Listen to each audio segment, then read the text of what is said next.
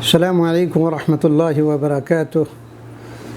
الحمد للہ رب العالمین، والصلاة والسلام علی اشرف الانبیاء والمرسلین، نبینا محمد وعلی آلہ وصحبہ اجمعین، وبعد۔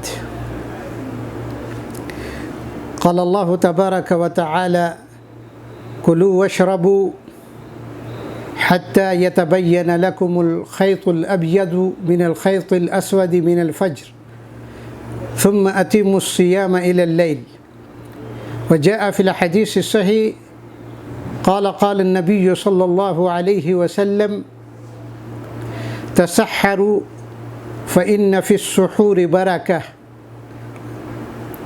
وفي رواية أخرى يقول نبينا صلى الله عليه وسلم: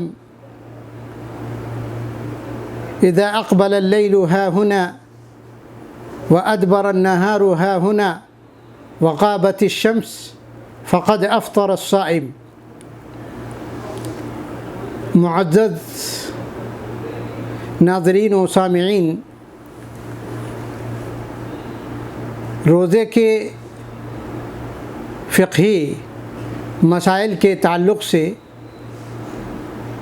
یہ ہماری تیسری مجلس ہے۔ آج کی اس مجلس میں سحری اور افطاری کے حوالے سے کچھ باتیں آپ کے گوش گزار کرنے کا ارادہ ہے۔ تو آئیے، سب سے پہلے جو میں نے قرآن مجید کی جو آیت کریمہ میں نے آغاز میں پڑھی ہے، اس آیت کریمہ میں اللہ سبحانہ و تعالی نے فرمایا کہ کلوا واشربوا حتی یتبین لکم الخیط الابیض من الخیط الاسود من الفجر۔ اللہ سبحانہ و تعالی نے فرمایا کہ کھاؤ اور پیو، حتی یتبین لکم الخیط الابیض من الخیط الاسود، یہاں تک کہ من الفجر، یہاں تک کہ صبح کا سفید دھاگا سیاہ دھاگے سے نمایاں ہو جائے، یا صبح کی سفید دھاری کالی دھاری سے جدا ہو جائے۔ ثم اتموا الصیام الی اللیل، پھر رات تک روزے پورا کرو۔ اس آیت کریمہ سے، یا اس آیت کریمہ میں اللہ سبحانہ و تعالی نے سحری کا وقتی اختتام اور افطار کا وقتی ابتدا، افطاری کا وقتی ابتدا اللہ سبحانہ و تعالیٰ نے بیان کیا ہے۔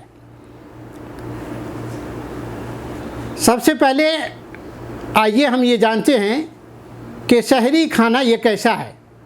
سحری کھانا یہ مستحب ہے، یا سحری کھانا کہہ سکتے ہیں کہ سنت ہے، اور سحری کھانے کے مندوب اور مستحب ہونے پر امام ابن منذر رحمہ اللہ نے اور امام نووی رحمہ اللہ نے سحری کے مندوب اور مستحب ہونے پر اجماع نقل کیا ہے۔ سحری کھانا یہ نبی کریم صلی اللہ علیہ وسلم کی سنت ہے، سنت مبارکہ ہے۔ اس لیے نبی علیہ الصلاۃ والسلام نے مسلمانوں کو سحری کھانے کا حکم دیا ہے۔ ابتدا میں جو حدیث میں نے آپ کے سامنے پڑھی ہے کہ تسحروا فإن فی السحور برکہ، اللہ کے نبی نے فرمایا کہ سحری کھاؤ، اس لیے کہ سحری میں برکت ہے، سحری میں برکت ہے۔ گویا کہ سحری کے کھانے کو برکت والا کھانا قرار دیا گیا ہے، اور اسی لیے ایک دوسری حدیث میں اللہ کے نبی صلی اللہ علیہ وسلم نے ارشاد فرمایا کہ علیکم بہذہ السحور، علیکم بہذہ السحور فإنہ هو الغذاء المبارک، فإنہ هو الغذاء المبارک۔ آپ صلی اللہ علیہ وسلم نے ارشاد فرمایا کہ سحری کھاؤ، اس لیے کہ یہ بابرکت غذا ہے، مبارک غذا ہے۔ یہ اللہ کے نبی صلی اللہ علیہ وسلم نے ارشاد فرمایا۔ تو سحری یہ کھانا سنت ہے، اور سحری کہتے ہی ہیں کس کو؟ سحری کہتے ہیں کہ وقت سحر یا رات کا آخری حصہ طلوع صبح صادق سے پہلے کھانے اور پینے کو، طعام اور شراب کو سحری کہا جاتا ہے۔ جیسا کہ میں نے شروع میں کہا کہ اللہ تعالیٰ نے جو فرمایا کہ کلوا واشربوا حتی یتبین لکم الخیط الابیض من الخیط الاسود من الفجر، اس آیت میں اللہ سبحانہ و تعالیٰ نے سحری کا وقت اختتام بتلا دیا کہ سحری کا جو وقت ہے وہ طلوع فجر صادق تک ہے۔ تو سحری کا جو وقت ہے یہ طلوع فجر صادق تک ہے، اور یہ سحری جو ہے میرے بھائیوں، یہ امت محمدیہ کو دی گئی خصوصیات میں سے ایک خصوصیت ہے۔ اس لیے اللہ کے نبی صلی اللہ علیہ وسلم کی وہ حدیث آتی ہے صحیح مسلم میں، وہ حدیث منقول ہے کہ فصل ما بین صیامنا و صیام اہل الکتاب اکلۃ السحر، کہ اللہ کے نبی صلی اللہ علیہ وسلم نے فرمایا کہ ہمارے روزے اور اہل کتاب کے روزے کے درمیان سحری کھانے کا فرق ہے۔ تو امت محمدیہ کو دی گئی خصوصیات میں سے ایک خصوصیت سحری کا کھانا بھی ہے۔ اور سحری کا جو وقت ہے، سحری کا وقت نصف شب سے، آدھی رات سے شروع ہوتا ہے اور طلوع صبح صادق تک اس کا وقت ہے۔ نصف شب سے سحری کا وقت شروع ہو جاتا ہے اور طلوع فجر صادق تک، طلوع صبح صادق تک اس کا وقت ہوتا ہے۔ سحری کا جو مسنون وقت ہے، سحری کا مسنون وقت ہے رات کا آخری حصہ، وقت سحر۔ اسی لیے وقت سحر، رات کا آخری حصہ، یہ سحری کا مسنون وقت ہے۔ اور خود اللہ کے نبی جناب محمد الرسول اللہ صلی اللہ علیہ وسلم کا یہ معمول تھا کہ آپ صلی اللہ علیہ وسلم رات کے آخری حصے میں اور طلوع فجر سے یا طلوع صبح صادق سے تھوڑا پہلے آپ صلی اللہ علیہ وسلم سحری کھایا کرتے تھے۔ تو سحری کا جو وقت ہے شروع ہوتا ہے نصف شب سے، لیکن جو اس کا آخری وقت ہے یا مسنون جو وقت ہے وہ ہے رات کا آخری حصہ، وقت سحر۔ اس کا اندازہ یا کہہ لیں کہ طلوع فجر صادق سے پہلے یا اذان فجر سے آدھا گھنٹہ یا پون گھنٹہ پہلے یہ جو وقت ہے یہ سحری کا مسنون وقت ہے، اور یہ افضل وقت ہے۔ جیسا کہ وہ حدیث آتی ہے حضرت زید بن ثابت رضی اللہ تعالیٰ عنہ کی کہ تسحرنا مع رسول اللہ صلی اللہ علیہ وسلم ثم قمنا الى الصلاۃ، کہ ہم نے نبی علیہ السلام کے ساتھ سحری کی اور پھر ہم نماز کے لیے کھڑے ہوئے۔ قلت کم کانا بینہما، یعنی بین الاذان والسحور، تو کہ اذان اور سحری کے درمیان کتنا وقفہ ہوا کرتا تھا؟ تو راوی حدیث نے پوچھا تو جواب دیا گیا، جواب میں کہا کہ قدر 50 آیہ، 50 آیت تلاوت کرنے کے بقدر یہ وقفہ ہوا کرتا تھا۔ اس حدیث سے بھی یہ معلوم ہوتا ہے کہ سحری کا جو وقت ہے، وہ سحری کا جو وقت ہے، مسنون جو وقت ہے، وہ رات کا آخری حصہ ہے اور طلوع فجر سے آدھا گھنٹہ یا پون گھنٹہ پہلے ہے۔ یہ سحری کا مسنون وقت ہے۔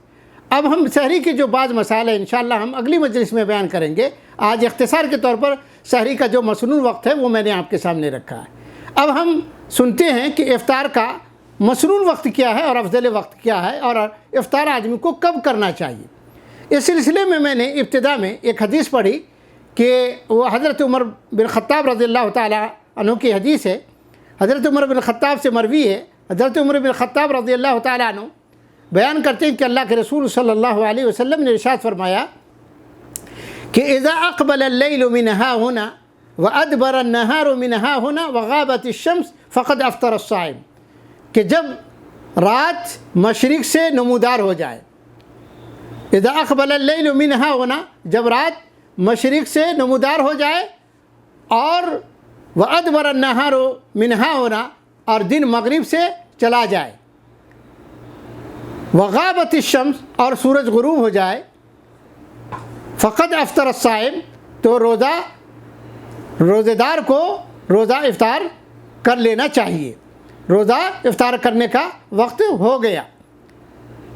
معلوم یہ ہوا اس حدیث سے، یہ معلوم ہوا کہ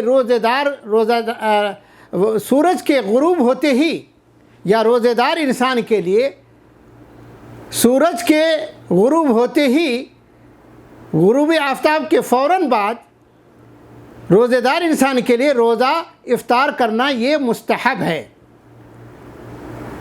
سیاہی کا انتظار کرنا، سیاہی پھیلنے کا یا تاریکی پھیلنے کا انتظار کرنا یا احتیاط کے نام پر تاخیر کرنا، یہ سنت صحیحہ یا احادیث صحیحہ کے بالکل خلاف، اس لیے کہ اللہ کے نبی صلی اللہ علیہ وسلم نے فرمایا کہ جب رات اذا اقبل اللیل، جب رات مشرق سے نمودار ہو جائے اور دن مغرب سے چلا جائے اور سورج غروب ہو جائے تو روزے دار کو روزہ افطار کر لینا چاہیے۔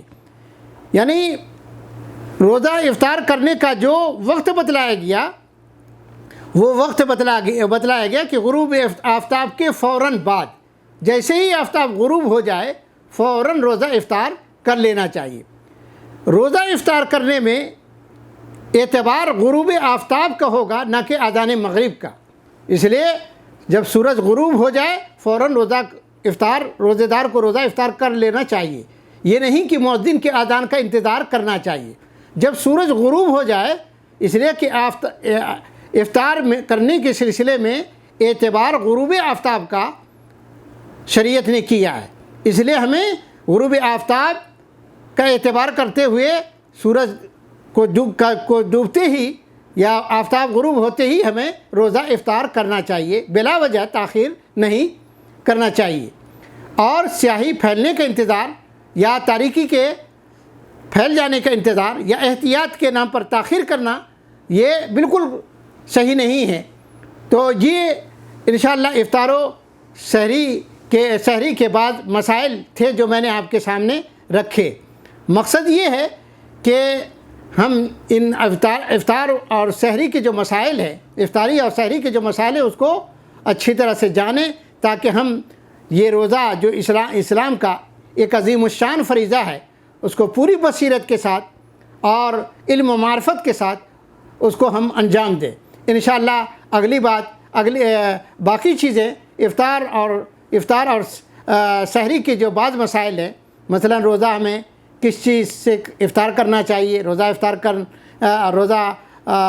کرانے کا اجر کیا ہے، یا سحری کھانے کے کیا فوائد ہیں، انشاءاللہ ہم اگلی مجلس میں آپ کے سامنے رکھیں گے۔